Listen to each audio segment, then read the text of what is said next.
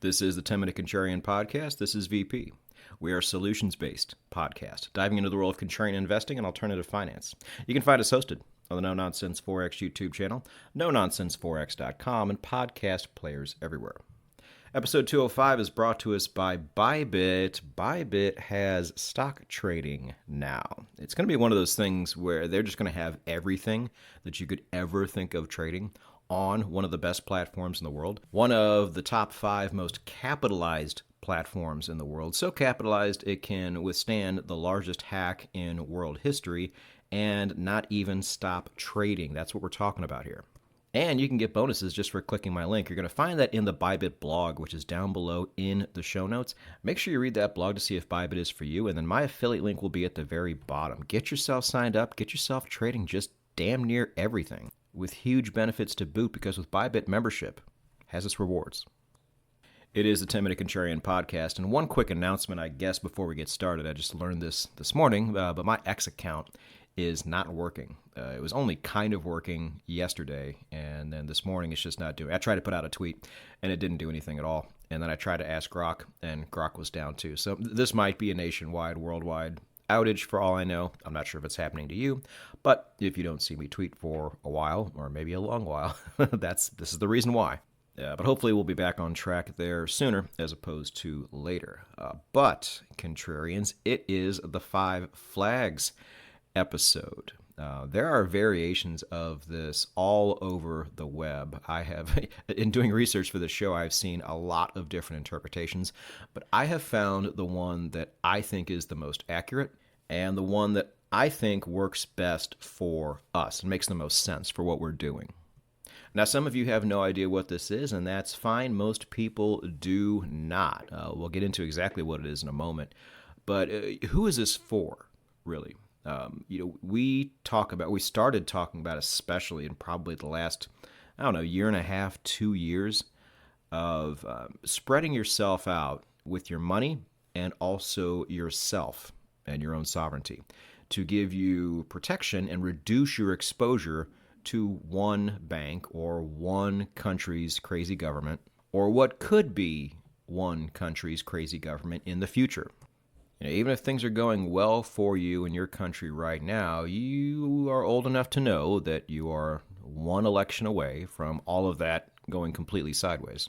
And for those of you in the West, you also know that the world that you know is going downhill at a very rapid rate. Usually it goes down so slow you don't really notice it, that whole boiling a frog scenario. But anybody who is championing their country in the West 10, 15 years ago and would defend it to the death in as little as 10 years really doesn't do that anymore. If you even go to Americans, we're the worst. If you say, yeah, America kind of sucks now in a lot of ways, they're going to agree with you.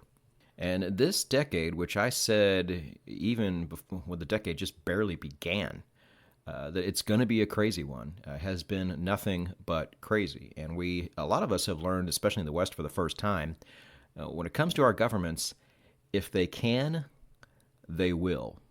And if they have a reason to, if they have some type of scapegoat or some type of false flag they can lean on to do things which will affect you negatively, then they will absolutely do it.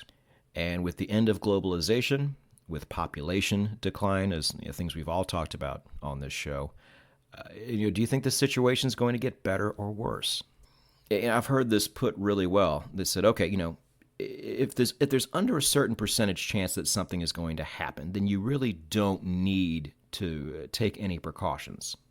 And a lot of people, if you talk to them about something like this, they would think it's absurd because they're thinking very short term. They're like, well, in the next couple years, is anything really bad going to happen to my country and happen to me? Probably not. And to their credit, they're right. But you have to ask a follow-up question. What are the chances of something happening in the next 20 to 30 years?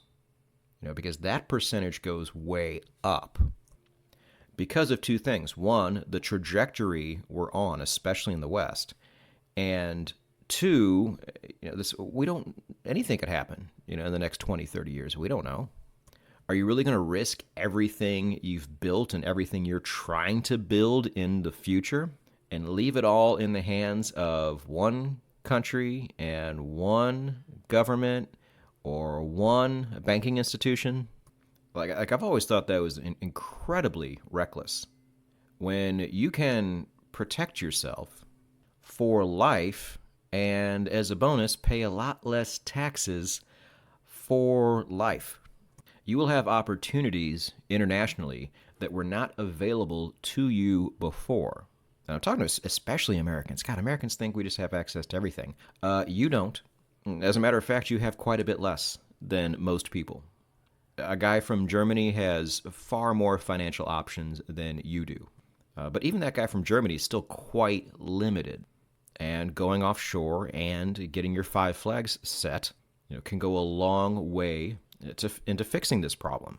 And what you, American guy, and you, German guy, have in common is you both pay crazy amounts of taxes. And the American guy and the German guy can both agree that those taxes do not go where you want them to go more often than not.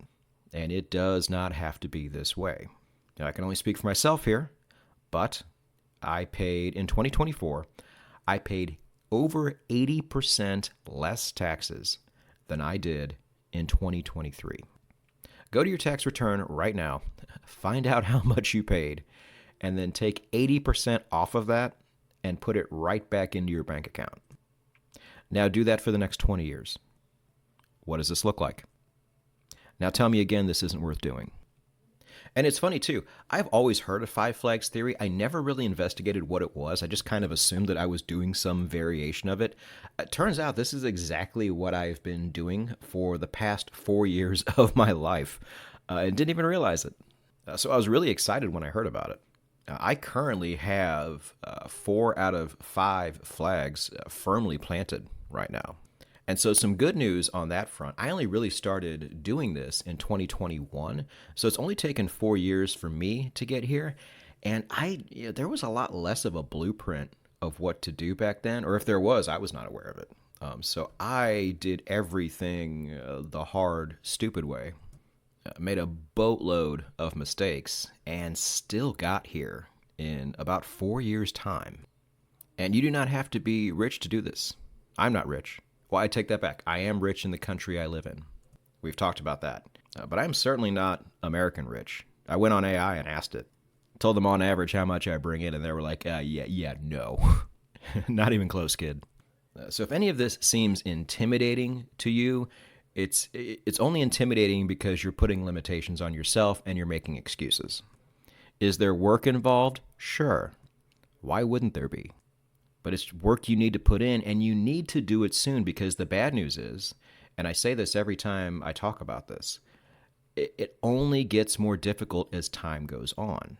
You're going to get a smoking deal up front, but then guess what? You're not the only one who's heard of it. Other people hear about it, and then all these agencies that will help you get it, they put out their own material on social media, and then more people see it. And then more people come in and do it, and then countries decide, okay, we are at our capacity. Or they will say, okay, this is bringing in the wrong people. And it will either get more expensive, more restrictive, or in some cases just go away altogether. Citizenship by investment passports in the Caribbean have doubled since they first came about, since I first heard about them. Just recently this week, Malta, which is $1 million citizenship by investment, and you're saying, okay, who's got $1 million to spend on something like that? It doesn't matter. It went away this week. It used to exist, and now it does not. Argentina used to be very easy for immigrants. That's almost kind of it's part of their history, really, as being a safe haven for a lot of people from other countries. It just got more difficult with immigration. And guess what, Americans? I know we have a lot of Trump supporters on this podcast. As an expat myself, I will tell you Trump is a net negative for what we are trying to do. He's very anti-immigration, and that spreads towards all other corners of the globe. And that's a main reason why it's getting tougher in Argentina. Also, I do pay a tax. It's called the GILTI tax, GILTI. And this is a tax that really only applies to people like me. And this tax was created in Trump's first administration. I just told you I saved 80% on my taxes. It would have been much higher had it not been for this. So as the rest of this administration goes by, I would expect things to get even more difficult. So those of you who've been sitting on your hands, which is most of you, need to stop being an excuse factory and get your ass in gear and get this started. Okay, so what is Five Flags Theory? I found the best source I could find, and I will read off what it is. All right, so there's going to be 5 different countries, at least 5 different categories of countries. And I will read the first one off. We have country A. This is where you live most of the time, but you are not a citizen, do not have a passport for, and you have no assets in this country. This way they can't tax you or confiscate any of your stuff. End quote. So for me, this is going to be Mexico. This is where I spend the majority of my time. I do not have any assets there. I don't have a bank account there. I don't have a passport there. I do plan on having a passport there, but I've been very careful in looking and seeing if I get a passport, what that will do to my tax situation. But everything seems to be fine there. But if I can give myself as an example, because that's all I have, that would be my country A. On to country B. It says next we have country B. This is the country or countries where you have citizenship and a valid passport, but where you don't live, or at least don't spend any significant time in. You're an actual legal citizen, not resident, of this country. As such, you are subject to all of their tax laws and other insane laws. Thus, you need to make sure that this country does not tax worldwide income. You also can't live in this country because if you live in a country where you're a citizen, they've got you by the balls, and now you have to get all pissed off about whatever the government is doing there. So you've got a passport there, but you don't live there. Okay, so for me, obviously, this is going to be the United States. It's the only passport I have. We do get taxed on worldwide income, but we don't have a choice in that matter, unless we renounce, which I will never do. And if people are wondering why I never will, well, it's the same reason I invest in other foreign currencies, even though I generally don't like them compared to the dollar.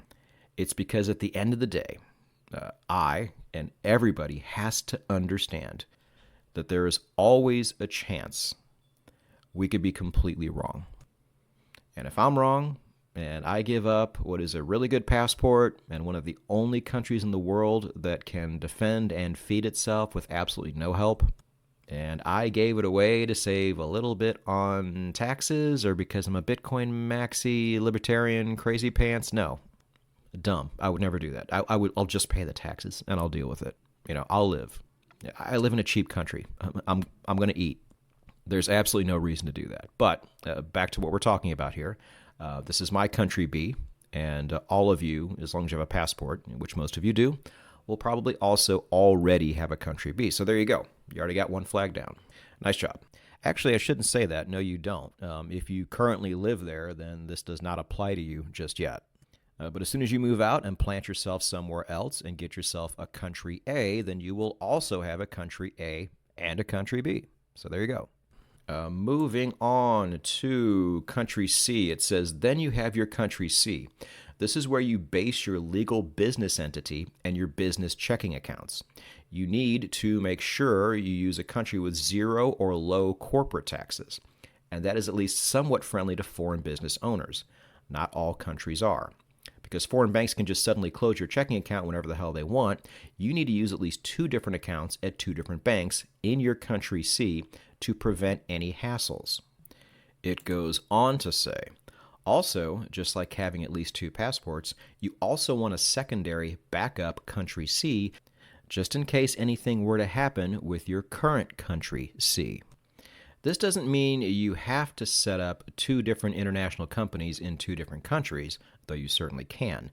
It just means that if your country C's company vanishes or becomes unworkable because that country goes to war or goes bankrupt, you can quickly execute your well-thought-out Plan B to quickly set up a new company and checking account in a new country instead of just freaking out like most people do. End quote.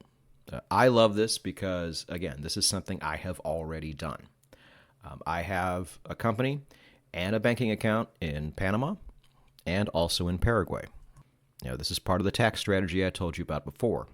Plus, I also want international exposure in terms of business. So I am setting up a business in Paraguay this year. And we're in the process of doing that right now. And he's right when he says, don't have a whole lot of money in these bank accounts. Just use them for what you need to use them for. I don't have a lot of money in my Panama account or my Paraguay account. Panama is a very good place to bank. Paraguay, far less so, but they're starting to figure it out. If you meet the right people in Paraguay, which is not hard to do because everybody knows everybody, at least in the expat community, getting a bank account is a lot easier. But still not a place I would ever have a lot of money sitting in. But this is ultimately how you're going to want to set something like that up. Two extremely low tax countries. Pretty easy for anybody to incorporate in. And once you've done that, not hard to get bank accounts in. And, Panama and Paraguay are not the only two examples. I think they're two of the best examples, no matter who you are, unless you're from one of those countries that, always gets the short end of the stick. You're Sudan, Iran, Yemen, Afghanistan. But for almost everybody who listens to this podcast, things like this are very possible. I've already done it. If my dumb ass can do it, there is zero reason why you can't. And I'm American. It's always tougher for us. And I still did it. So let's keep it going. We have talked about countries A, B, and C. So country A, where you live, but you're not part of the governmental system that can tax you and oppress you. You have country B, where you do have a passport and you are subject to anything your government wants to do to you. But you have the majority of your assets and such away from it because you have one or two country C's that have the majority of your business and your income streams going through it. So, back to the blog post I am reading from here. It says, also, as always, you never keep a lot of cash in your country C bank accounts, as I already talked about. Holding assets would be for your country D. Country D is the country or countries where you store your assets and investments. You do not want your assets in your country A where you live, nor in your country B where they can control you and tax you. No, you want your assets in other countries where you don't live, don't have citizenship, and don't do business. You need to keep all of this stuff legal, though, so you may still need to declare some or all of these assets to your country B, but that's usually not a problem. All right, speak for yourself. I'm American. We have to report everything, but that's fine. And so I can only speak for myself here. So for one, I do have assets in the United States. It is the largest, most robust, most convenient financial system in the world. I will always have some stocks there, at least. My main bank is there, Chase Bank, because it is extraordinarily easy and functional. I use their credit cards and get a ton of points. There's no reason I would ever just stop using that bank in the name of sovereignty. But is that where the majority of my assets are held? No. Now, I have multiple country Ds here. I am not going to reveal all of them on a public podcast. But you guys are aware of one of them. When we talk about gold and different ways to own and store your gold, you guys know mine is held offshore in Singapore. So that counts as a country D for sure. Singapore is a wonderful country to have your assets stored in, a very safe country, a very wealthy and a very stable country. I mean, you could do a lot worse than Singapore. And I would argue you probably couldn't do better than Singapore. So I'm really happy to have a flag planted there. But then I also have an offshore bank that gives me a gateway to a lot of things that I would have never had otherwise as an American. And so I have the majority of the money that I'm invested in and saved in over there in the country I don't name. And you guys know I'm a lunatic. Back in 2018, Andrew Henderson said Americans can open bank accounts in Georgia and Armenia.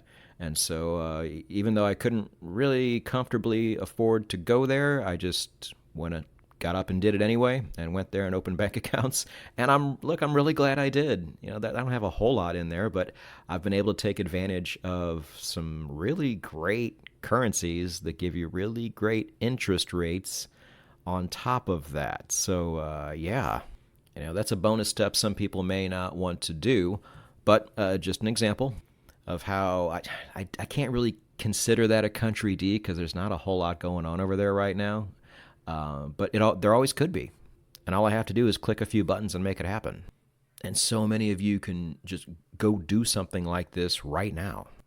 As a matter of fact, apart from your country B, which is the one you have citizenship in, country Ds are probably the easiest flags to plant right away and get that whole part going, for what it's worth. But the more the better, really. The blog goes on to say you want lots of country Ds, not just one. Yes, of course. As always, you need to diversify. Don't throw all of your assets into one country D no matter how much you like it. That's just not good financial management. I 100% agree.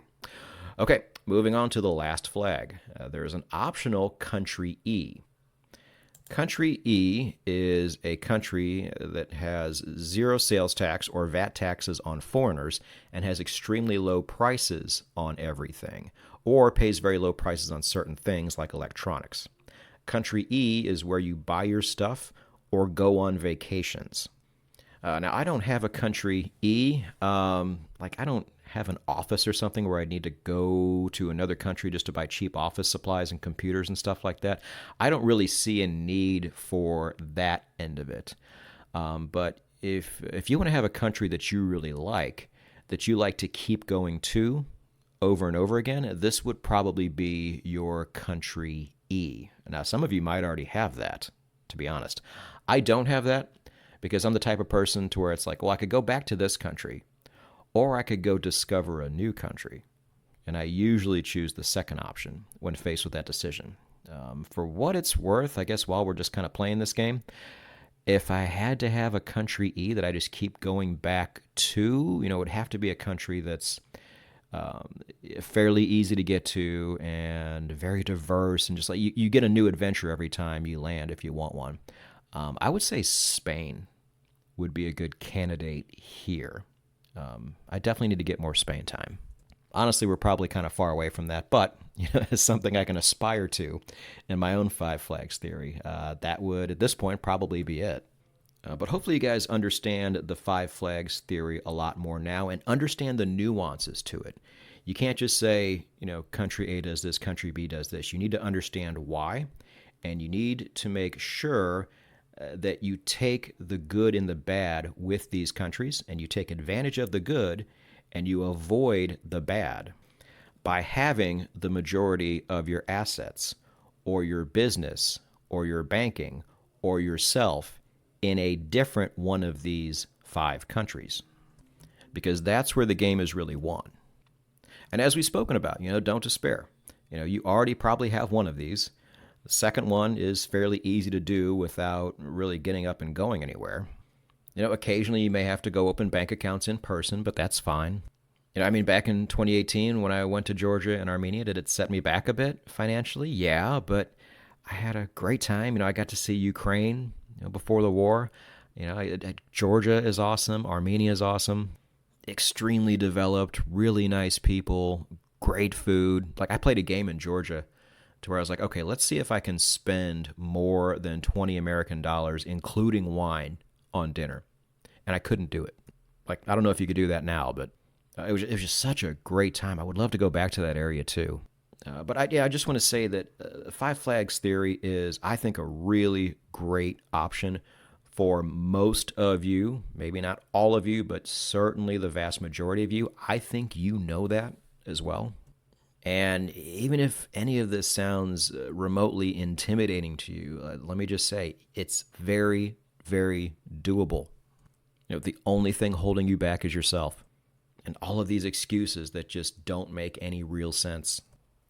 I'm somebody, if I do have a real flaw I would like to change about myself, is that almost everything I do is for a better future.